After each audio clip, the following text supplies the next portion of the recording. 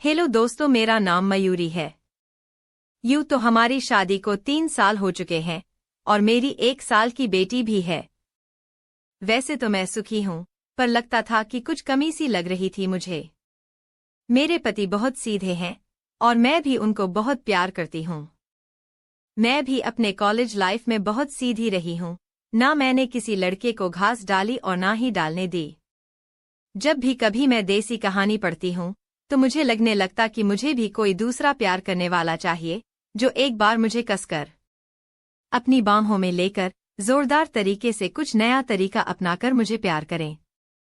पर क्या करें, मेरी हिम्मत ही नहीं होती थी। जब वह मुझे कभी फिल्म दिखाते और एक लड़की 2 मर्दों से प्यार करती हुई दिखती, मेरे अंदर की प्यास और बढ़ जाती थी। उस रात मैं अपने पति से कई बार करवाती थी, पर शायद अभी मेरी किस्मत में दूसरा प्यार नहीं लिखा था, तो मैंने यह विचार मन से निकालना ही बेहतर समझा। पर क्या करती? जब भी इनसे कोई देसी कहानी पढ़ती या देखती तो यह उमंगे जोर पकड़ डांच लेती थी। वैसे मैं ज्यादा सुंदर तो नहीं हूं, पर मेरा शरीर बहुत शानदार है। पर कहते हैं ना कि सच्चे मन से कुछ मांगो तो भगवान भी सुन लेता है। मेरे पति के एक दोस्त हैं, अविनाश। वह अक्सर हमारे घर पे इनके सामने और इनके पीछे भी आते रहते हैं।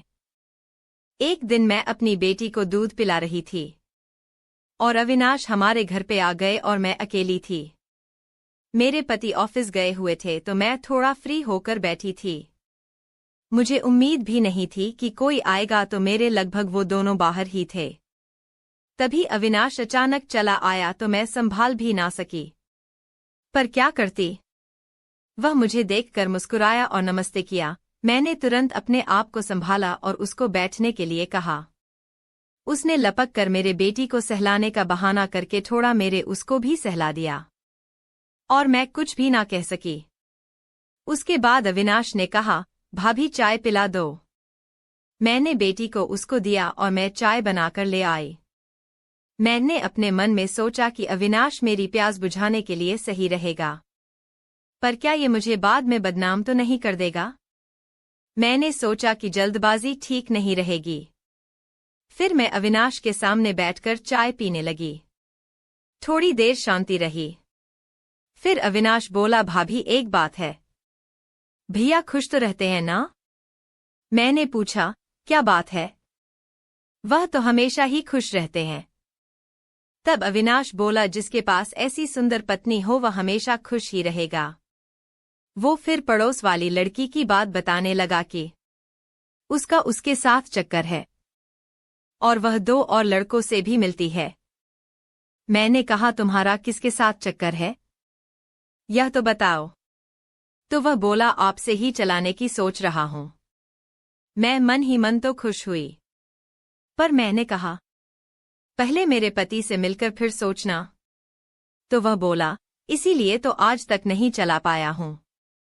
मैंने मन में सोचा कि आज तो अविनाश पीछे ही पड़ गया, चलो देखते हैं कि क्या होता है।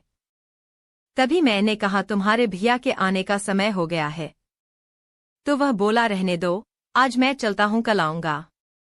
मैंने कहा, ठीक है। अगले दिन अविनाश फिर आ गया और आज एकदम बंठन कराया था। मैंने सोचा कि आज तो यह मुझे प्यार करके ही जाएगा, और यह सोचकर मेरा मन भी उसकी तरफ आकर्षित होने लगा। मैंने कहा, बैठो आप, और वह बैठ गया। उस समय मैं बेटी को सुला रही थी और वह मुझे बैठा बैठा देखने लगा और मुस्कुराने लगा।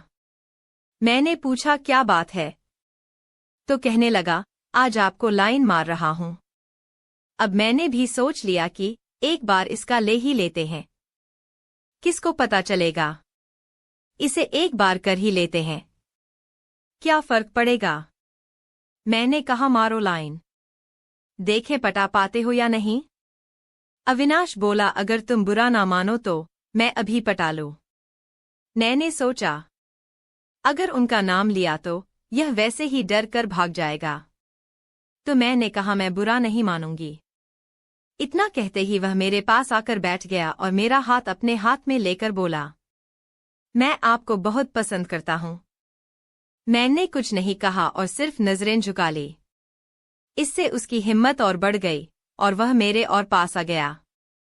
मैं अंदर ही अंदर काफी खुश थी, थोड़ा डर भी था, पर दिल कर रहा था कि कर ले बेफाई, अगर दूसरा प्यार पाना है तो। उसने मेरा हाथ अपने हाथों में ले लिया और वह मेरे चेहरे को अपने हाथों में लेकर मेरे गाल पर किस करने लगा। अब मेरे से शायद रुकना मुश्किल था, पर मैं शांति से बैठी रही। मन बहुत तरंगित हो रहा था। मन में इच्छा थी कि आज मुझे मनचाहा प्यार मिलने वाला है।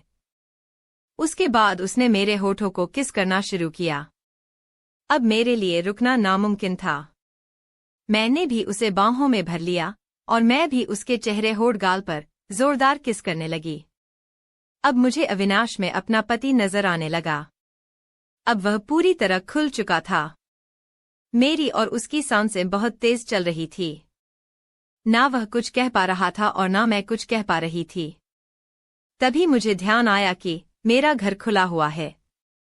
मैंने अविनाश से कहा, तुम बैठो 1 मिनट। वह बैठ गया। मैंने घर के बाहर जाकर देखा, कोई घर के बाहर नहीं था। तो मैंने अंदर आकर अपना गेट बंद किया। गेट बंद करते ही तो मानो अविनाश सब समझ गया और वह शुरू हो गया।